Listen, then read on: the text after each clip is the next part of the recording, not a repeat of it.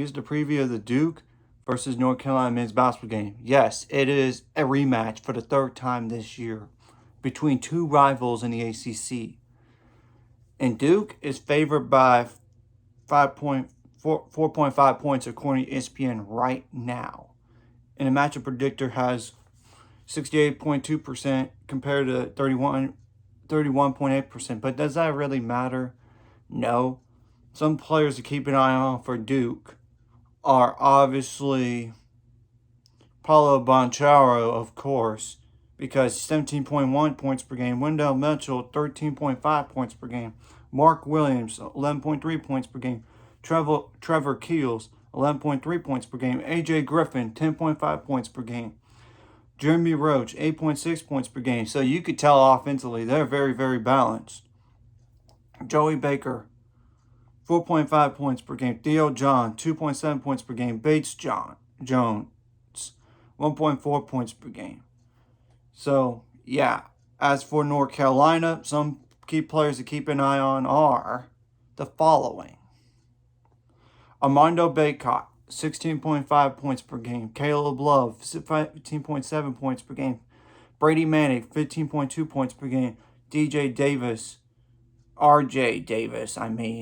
13.4 points per game. But then, forget Dawson Garcia, he's out for the year. Leaky Black, 4.9 points per game. Kerwin Walton, 3.4 points per game. Puff Johnson, 2.8 points per game. So as you could tell, there's a big drop-off after RJ Davis, really. And Demontrez Styles, 2 points per game. Justin McCoy, 1.1 points per game. DeMarco Dunn, 1 point per game. So North Carolina doesn't have the a great bench compared to Duke. In my opinion, Duke owns the edge there. But I gotta admit, North Carolina's starting five is as good as anyone's in the country. I admit that. Points per game. Duke scores 80.1 points per game. North Carolina, 78.1 points per game. But defensively, North Carolina has a slight edge in terms of points allowed, 66.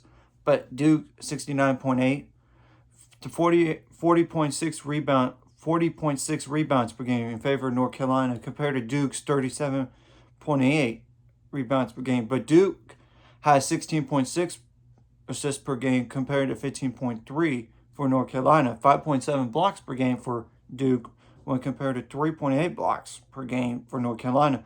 5.4 steals per game for North Carolina when compared to Duke's 6.4. And both have won 4 straight games. So something's gotta give.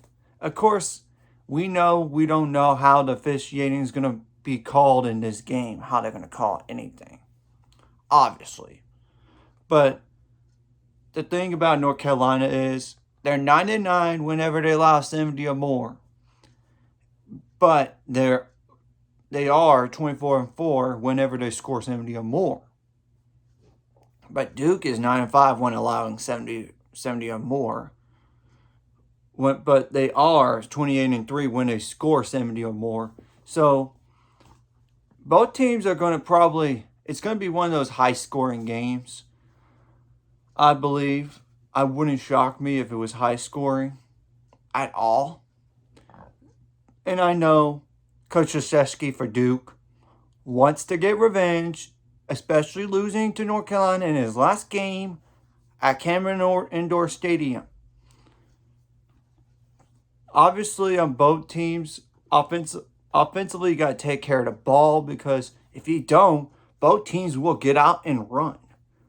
I mean, for transition points, you got to get some transition points, second chance points, points off turnovers. You got to take good shots as well and rebound the ball.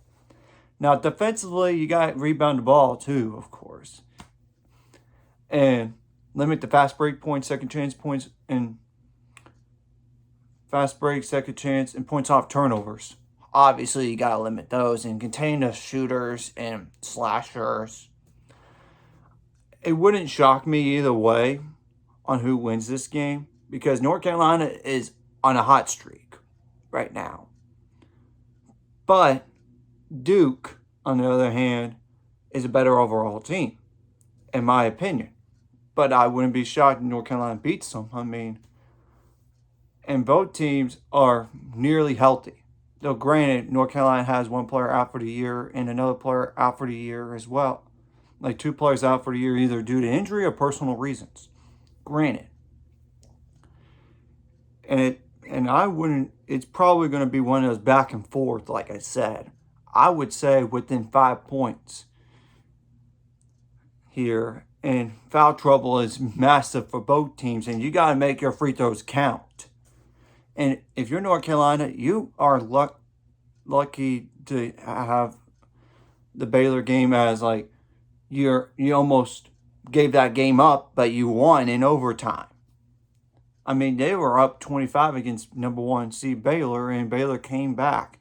And yes, you could say whatever you want about the officiating in that game, but it was pretty bad on both sides. I'm just saying that because they were calling, both teams had foul trouble issues, as you can tell in that game.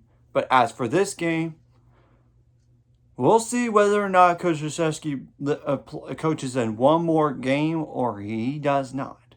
We will see, and I would not be shocked either way, like I said. Anyways, if you like this content, hit the like and subscribe button. I'll see you guys later. Let's get me up to 400 subscribers or more by the end of this year.